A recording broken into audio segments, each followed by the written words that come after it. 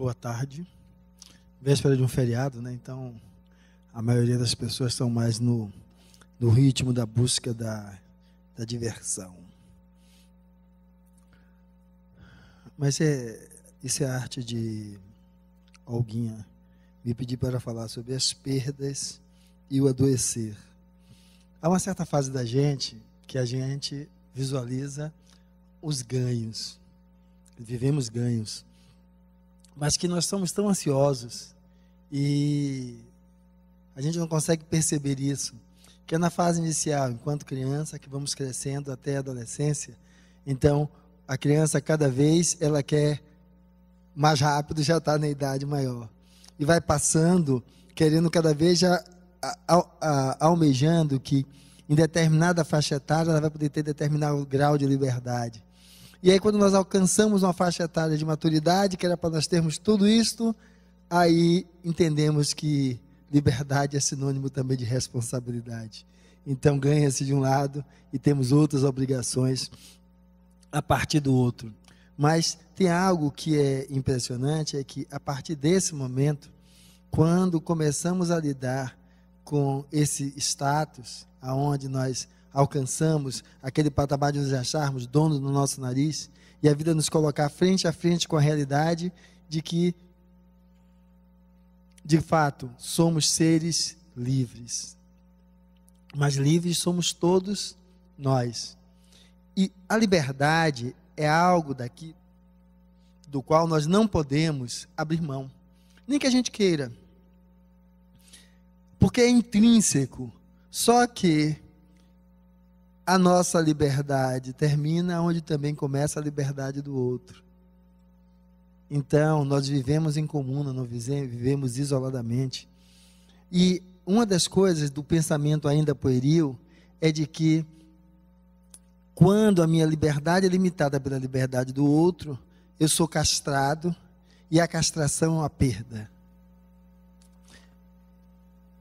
Quando adentramos uma casa espírita em busca de um tratamento, digamos que é o que traz a maioria de vocês aqui, estamos pautados na ideia de que existe algo além do corpo. Isso não é uma novidade que o Espiritismo traz. Se a gente pegar em que ele se baseia nas mensagens do Cristo também. O Cristo já dizia, né? Na casa do meu pai tem várias moradas. Na hora que ele estava lá na cruz, tinha um bom e um mau ladrão. E ele disse que o outro estaria com ele. Então, eu estava falando que a vida continua. Não só para ele, como o ladrão que estava do lado estaria com ele. Então, ou seja, a vida é mais do que o que nós vivemos nessa ambiência física. Então, é o olhar para a vida além do que a gente conhece, podendo buscar a vida como uma perspectiva do Espírito. Porque a maior parte do processo de adoecimento está pautado nas perdas. Um dos focos das perdas é um processo muito característico que nós temos, que, ao se olhar enquanto espírito, ele tende a mudar. É porque a ideia de nos olhar enquanto espírito, lá no Livro dos Espíritos, ele pergunta como nós fomos criados. E ele diz, foram criados simples e ignorantes. E quando nós olhamos isso, quando a gente olha o Espiritismo, a gente fala muito de Sócrates, né? Como se lá atrás já trouxesse alguns elementos relacionados a isso, porque o nosso grande filósofo falava de um daimon que o acompanhava, e daimon, não na visão que a gente vê de demônio ou diabo, que a gente coloca como algo negativo, principalmente dentro da crença católica e das igrejas pentecostais, mas o daimon era o sinônimo de espírito. Esse elemento imaterial que ali junto a ele o orientava. E ele conversava muito, certo? Então, o que a gente vai notar é que ele já dizia que o homem só erra enquanto é ignorante. No dia que sai da ignorância, ele deixa de errar. E lógico, nós vamos perguntar então, e uma coisa que eu acho interessante às vezes com isso, o que é a gente saber? É porque assim, quando a gente fala em saber, nós temos a olhar de maneira superficial. Então, por exemplo, um pneumologista que fuma, ele sabe o que ele está fazendo. Está fumando porque quer. Um cardiologista que fuma, certo, e é obeso, sabe o que está fazendo. Está fazendo porque quer. Mas veja, que esse é um olhar superficial. Porque vamos lembrar do contexto das relações a dois. Que Maria e João viviam juntos. E aí, João chega em casa, vê Maria já meio largada, começa a ver vários defeitos em Maria, e no trabalho aparece mais duas, uma outra mais jovem, certo? Cativando, falando só o que é da parte boa, porque não come 1 quilo de sal com ele, então nos momentos que sobe é só porque é de bom. E aí ele termina, casa com a outra. Depois que está vivendo com a outra, diz, era melhor que eu tivesse com a de antes. Muitos falam isso, não estou dizendo que são todos, é lógico. Mas como é que ele disse que era melhor estar com a outra? Ele não sabia o que era. Existe uma diferença entre o que nós conhecemos enquanto elemento racional e o quanto nós já integramos a nível de conhecimento. Uma das coisas, porque quando nós olhamos para algo, o que é que muda? Se a gente colocar um vermelho e um verde aqui, quem é normal vai ver vermelho e verde. Um daltônico vai ver as avessas. Ou seja, a realidade com que nós lidamos vai depender da lente que nós temos. E o que é que fez com que ele, depois de largar a Dona Maria, veio olhar que Dona Maria tinha muito mais predicados do que defeitos? É porque justamente, quando ele foi para o outro lado, ele então saiu daquela lente que já estava cristalizada em só olhar os defeitos e foi olhar o que havia de aspectos positivos. Porque faltava em quem ele estava. E aí então ele começa a perceber que aquilo que ele achava às vezes que era ruim, era o que valia a pena. Era muito mais fácil ele enriquecer a relação que ele já tinha, do que achar que passa uma borracha, apaga e queria ser outra coisa nova. Mas ele não já convivia, ele não já estava ali. É, porque saber, o que a gente vai chamar de saber, vai depender exatamente da lente que você está usando. Isso é simples, porque quando a gente vai ver um filme, 100 pessoas assistem e saem do cinema elogiando o filme. Aí você pergunta assim, foi que você gostou do filme? Cada um vê coisas completamente, às vezes, diferentes, a ponto de serem antagônicas. Isso é tão interessante que a gente pega na correção do vestibular. Na correção daquelas provas do vestibular, na redação, aí tem um aluno que foge completamente do tema. Só que o outro avaliador acha que nem tanto. Isso foi uma irreverência, que não deve puni-lo com anulação da redação, mas sim levar em conta que foi uma irreverência, que estaria contextualizada dentro daquilo. Ou seja, a dificuldade de nós percebermos as coisas é porque cada um de nós tem um olhar diferente. Vemos as coisas de forma diferente. E é engraçado, porque tem um elemento onde isso fica bem marcante, porque a gente vai partir da ideia de dizer o seguinte, mas pelo amor de Deus, será que um cardiologista e um pneumologista não tem um bom senso para entender que isso não presta? E aí eu gosto de reportar para no outro contexto, reunião de condomínio. Aquela coisa é mágica. Tudo se resolve com um bom senso. Só que o bom senso de um tem nada a ver com o do outro. E aí é o problema. Não se consegue chegar a um consenso. Então, quando a gente vai falar de perdas e o adoecer, porque a gente vai dizer o seguinte, para alguém às vezes que perdeu um ente querido, certo? Espírita às vezes é maravilha, às vezes para isso, né? Chore não, nego. Chore não, porque nós todos somos espíritos imortais, ela está agora brilhando lá em nosso lar, e vai ser tudo uma maravilha. É fácil resolver o problema do outro na nossa mesa de laboratório, porque não somos nós. Porque nós nos movemos a partir dos sentimentos e emoções. Porque senão seria fantástico. Vocês ouviriam, participariam aqui de uma palestra brilhante e sairiam daquela porta transformados. Mas veja, como isso não é possível. Que aqueles que conviveram com Cristo, quem foi que apedrejou o pobre coitado? Que botou na cruz? Que fugiu quando iam colocar ele na cruz? Os que comiam com ele. É porque não é discurso, é integração de valores. E só se integra valores quando se vivencia. Então, as perdas e o adoecer, a primeira coisa é como lidar com as perdas.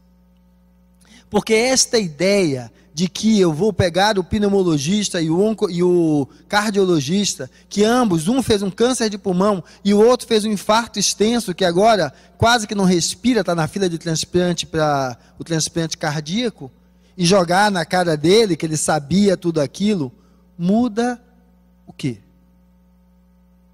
Mas, Fernando, a gente não faz isso. Faz. A gente às vezes chega para o nosso filho e diz, está vendo o que eu falei? Ou seja, a gente faz com que a perda tenha um tamanho majestoso, imenso, que a criatura não consegue carregar. E ela sucumbe, porque às vezes achar que a morte alivia é o que nos leva ao desatento da busca do suicídio. Porque o viver se torna tão pesado que parece que morrer é a liberdade. E se busca ela. E eu estou falando do morrer nesse sentido do suicídio, que eu estou destacando isso como um dos maiores adoecimentos. É o adoecimento contra a vida. Que na realidade ele não quer destruir a vida, ele quer destruir a dor, que é tamanha que não o permite viver. Então, da mesma maneira que aquele senhor que estava aqui sentado, que não dá para dizer a ele, olhe, fique tranquilo, pode sorrir, festeje, daqui a pouco estaremos todos juntos. Porque é o sentimento. Veja que ele não vai ter aquela senhora mais ao lado dele, com quem ele conversava. Que ele chegava, às vezes nem conversava, ele brigava. Brigava, discutia, ficava naquela ranhice de que é velhinho tem, né? Bem ranheta um com o outro. Mas ali, ele estava tendo uma companhia. Agora, o corpo físico foi à terra, o espírito elevou-se. Mas o que é que acontece? A gente não abre os olhos para isso facilmente. Porque é simples. Se fosse tão simples dizer para a senhora que sorria porque o seu marido morreu, ou para o senhor que a sua senhora morreu, e dizer para ele que o espírito é imortal e continua, seria fácil para você. Seria fácil para você pautar a vida no que seria o espírito. Porque a pergunta é, o corpo vai e morre. É uma perda? É. O espírito é, nesse sentido, tolhido na sua experiência de vida? Não. Porque outra oportunidade ele terá. Então, a partir daí, se nós trouxermos para nós essa retirada de vendas e começar a nos olhar enquanto espírito, vamos começar agora a olhar os aspectos de nossa vida de um outro jeito. E aí, tirando essa venda, a gente começa a perceber que o não fiz nem sempre é o não quero. É a dificuldade que você tem de vencer as suas montanhas internas, os seus lobos internos. E justamente por não conseguir vencer e se sentir culpado, adoece. Adoece porque temos o hábito de nos comparar com o outro. Eu, como médico, é extremamente comum, às vezes, alguém chegar e dizer assim, o senhor diz que não coma, que não fume, que não beba, mas fulano fuma, come, bebe e está aí aos 85 anos. É porque um está se comparando com o outro. Aí eu posso dizer o seguinte, esse fulano dos 85 poderia fazer igual a dona Canô, que chegou a mais do que isso. Lúcida. Ele queimou os anos que tinha fazendo isso. Agora, não podemos nos comparar com o outro, temos que nos comparar com nós mesmos. E aí, fazer uma coisa que é simples. Se eu pego esse meu corpo, que tem um tempo de vida finito, porque tem um quanto de energia, certo? Que a ele é dado. Quanto mais eu cuido, mais isso se estende. Quanto mais eu desgasto, mais isso se encurta. Então, a gente começar a perceber que determinadas escolhas que nós fazemos e que resultam em perdas do nosso quanto de energia, ela vai resultar em adoecimento enquanto elemento que diminui a vida nessa experiência física que você está. Então, fumar é uma delas. Você vai perdendo parte do seu parênquima pulmonar, vai desenvolver enfisema ou bronquite, ou os dois, E não vai ter gás para continuar lá para frente, vai morrer mais precocemente. Vai se encher de gordura, entupir os vasos, colesterol elevado, vai fazer o quê? Infartar precocemente. Vai tomar cachaça em demasia, porque até uma certa quantidade o nosso Criador é fantástico, o nosso fígado se regenera. Mas a partir de determinado limite, você começa a lesar o fígado. E aí vai desenvolver insuficiência hepática. O que foi lesado não retorna. Então a perda vai resultar o quê? Em adoecimento.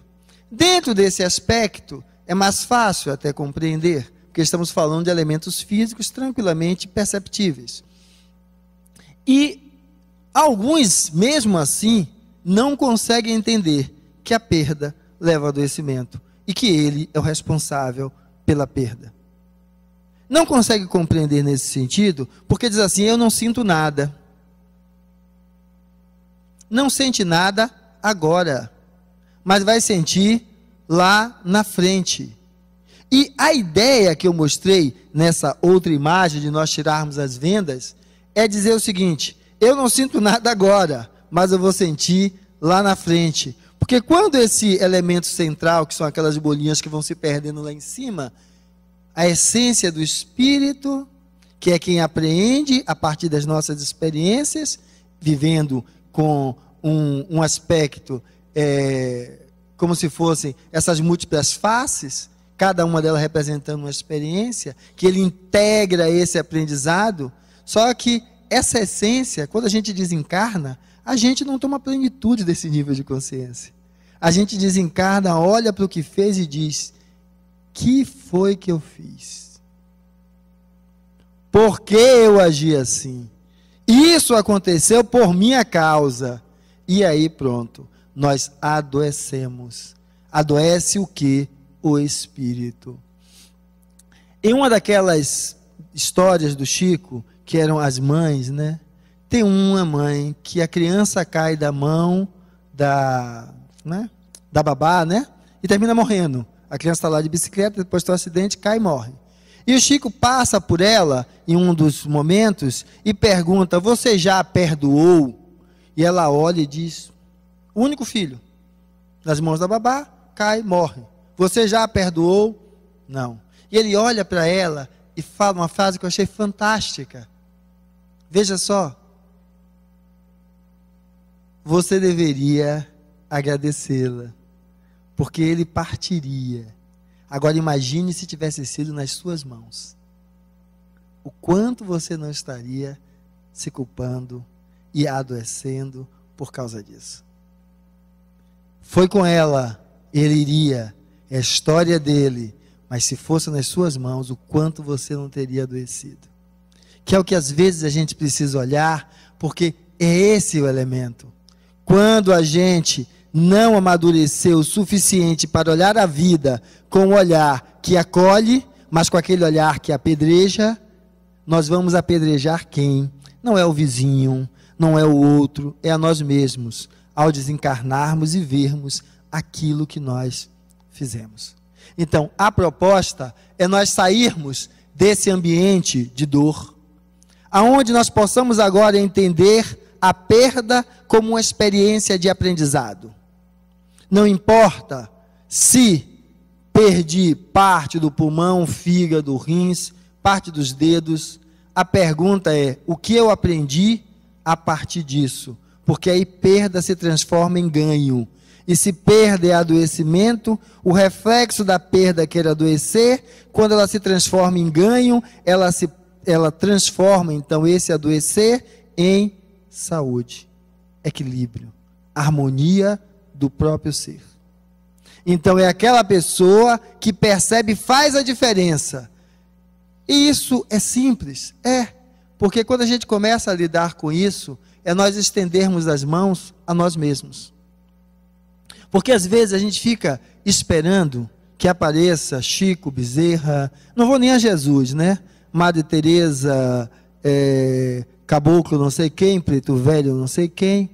Mas veja, a ideia de alguém que está em um patamar melhor de saúde, vamos entender saúde como equilíbrio, paz interior? É transformar você em um dependente, transformando ele numa muleta, ou ajudar você a despertar para perceber em você o que ele já percebe em si mesmo? É despertar você. Então a ideia é que a gente possa oferecer essa mão a nós mesmos. Mas como? Como? É simples. A primeira coisa, volte a dar energia aos seus sonhos. Porque alguns vão me dizer, mas ela se foi e agora eu não tenho mais o que fazer na minha vida. E o ela se foi pode ser a mulher que se foi, os filhos que se foram, aquela história da síndrome do ninho vazio, então a perda dos filhos e o adoecer que vem logo em seguida. Nós precisamos fazer uma outra coisa, é ajudar a nós mesmos. A nos propor essa mão do Cristo aparente que vai até o Pedro, é o Cristo que existe em nós, até o Pedro que existe em nós. É o Pedro que não acredita em si mesmo.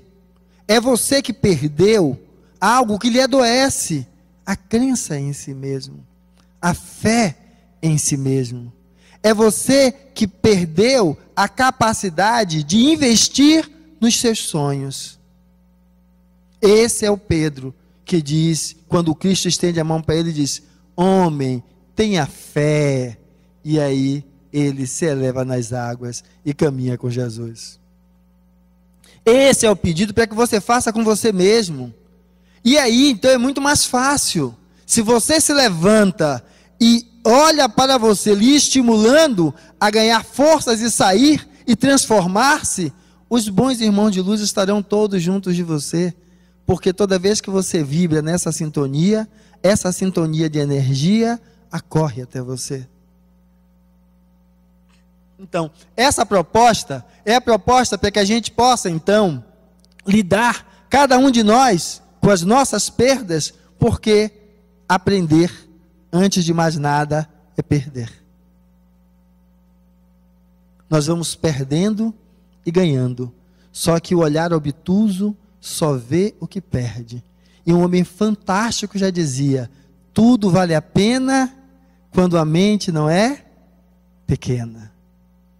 Essa é a ideia, é que você comece a olhar com o olhar do Espírito. Esse é o olhar de grandeza.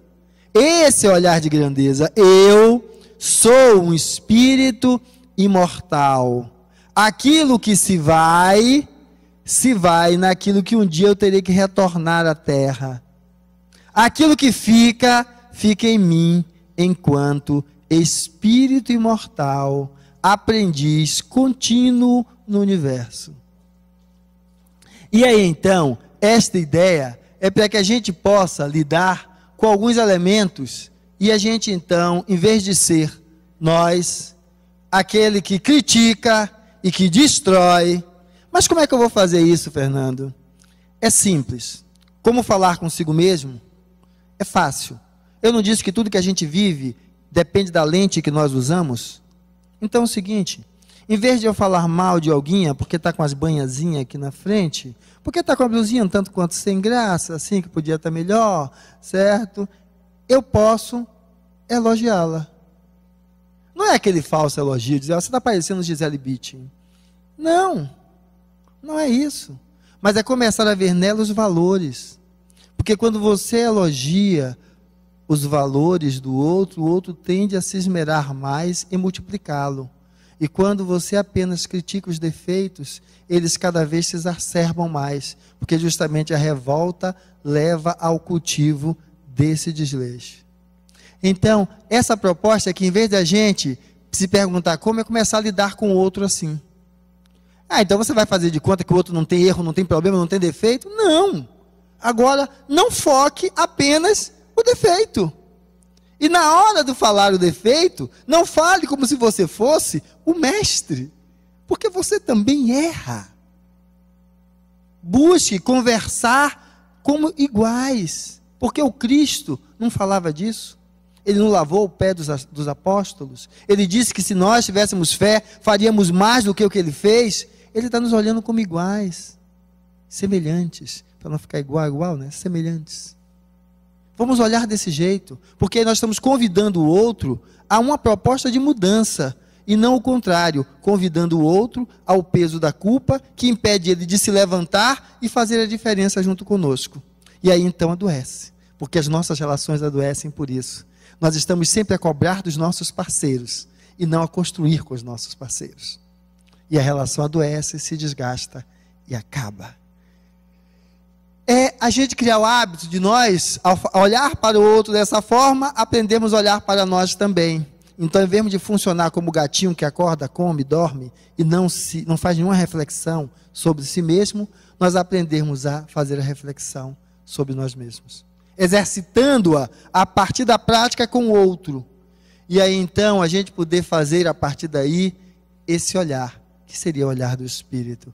Mas que olhar do Espírito é esse, nego? Velho, pô, não dá para palpar isso.